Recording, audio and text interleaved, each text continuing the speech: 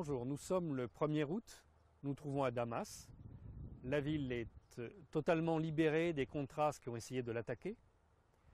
Il n'y a plus de combat ici, excepté cependant, de temps à autre, quelques contras qui sont isolés dans la ville et qui essayent de sortir. Et puis hier, il y a eu un autre groupe qui est arrivé par le Liban et qui a essayé de créer des problèmes dans les quartiers chrétiens, mais il a été repoussé. Vous avez été nombreux à poser des questions sur la bataille de Damas et je voudrais vous donner une petite explication. Derrière moi se trouve le verger de Razi. En fait, nous sommes à la limite de la ville et ici c'est la campagne. D'un côté, nous avons le quartier de Mazet où se trouvent les ambassades et de l'autre côté là-bas, le quartier de Kafar-Soussé. Entre ces grands vergers, où il y a d'une part des arbres fruitiers, mais il y avait surtout ici un champ de figuiers de Barbarie. Vous voyez, ce sont des arbres beaucoup plus hauts que la taille humaine. Et dans ce grand champ de figuiers de Barbarie se trouvait caché tout un tas de gens. Il y a eu une bataille ici, particulièrement dure, qui s'est terminée à l'arme lourde. Et aujourd'hui, s'il ne reste plus rien du champ, c'est parce que on a terminé au bulldozer d'enlever ce qui restait. Alors que la bataille est terminée ici, alors que Homs a été libéré depuis plusieurs mois, l'armée syrienne libre a décidé d'attaquer maintenant la ville d'Alep. Alors ils ont encore moins de chances de réussir à Alep qu'ici parce que autant Homs c'était la ville un peu intégriste du pays, autant Alep c'est la ville éclairée. Donc ils ne trouveront pas de soutien populaire là-bas. Mais ce qui se passe à Alep est tout autant une bataille d'image qu'une bataille militaire. Donc les gens de l'OTAN ont organisé un voyage de presse pour les journalistes occidentaux à Alep. Donc on a recruté des journalistes, on les a fait venir depuis la Turquie avec les contras et ils sont arrivés jusqu'à Alep. Ils sont restés là-bas 2 jours et on vient de les renvoyer vers la Turquie. Pratiquement aucun journaliste occidental ne reste sur place, à l'exception de 2 ou 3, dont Rabir Espinosa.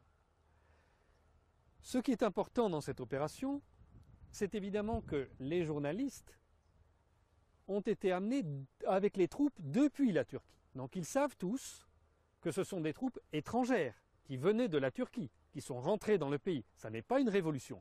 Pourtant, ils continuent à vous dire que c'est une révolution.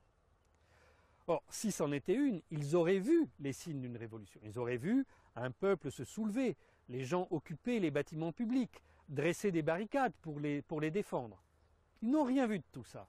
À la place, on leur a montré quelques excités qui ont fait des déclarations grandiloquentes et puis on les a amenés à l'entrée d'Alep au moment où on attaquait quelques commissariats. Donc ils ont assisté à des lynchages et des assassinats de policiers, ils ont trouvé ça normal. Et puis on les a ramenés vers la Turquie. Et maintenant, l'armée syrienne libre essaye de prendre un quartier précis de la ville et d'en faire le nouveau Baba Hammer. Donc dès que cette armée syrienne libre s'est installée là, la population du quartier s'est enfuie, est allée dans d'autres zones de la ville où ils ont été abrités par leurs parents et leurs amis. Il ne restait déjà pratiquement plus, en quelques heures, pratiquement plus d'habitants dans ce quartier. Là, l'armée syrienne libre a décidé d'épurer ce qui restait. Comme ils l'ont fait partout où ils ont essayé de s'installer au préalable, de Dera jusqu'à Baba Hammer. Et donc, ils ont, entre autres, arrêté une famille bédouine qui est les Alberi, qui sont censés être pro-gouvernement. Ils les ont mis contre un mur et ils les ont assassinés. Vous allez voir la vidéo qu'ils ont eux-mêmes tournée et fait circuler sur Internet.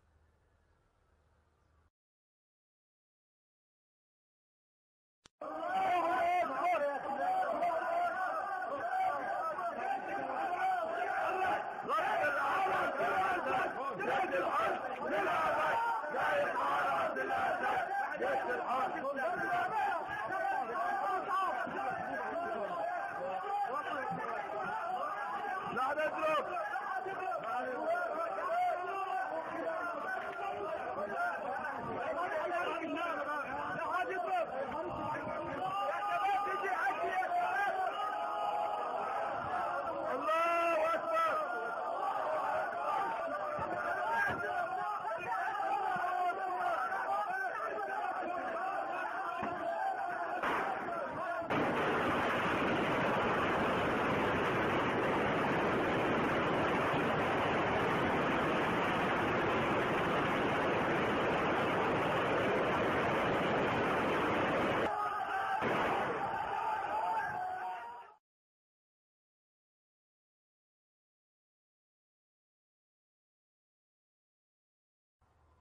Dans la vidéo que vous venez de voir, vous avez dû remarquer l'état d'extrême excitation des gens de cette armée syrienne libre.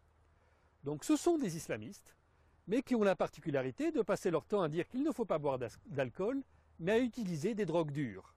Comme vous le constatez, ils sont dans un état d'excitation tout à fait anormal, parce que ces gens ne sont capables d'aller au combat qu'en utilisant des drogues. Et vous constatez aussi une sorte de liesse, de réjouissance qui est la leur lorsqu'ils tuent des civils.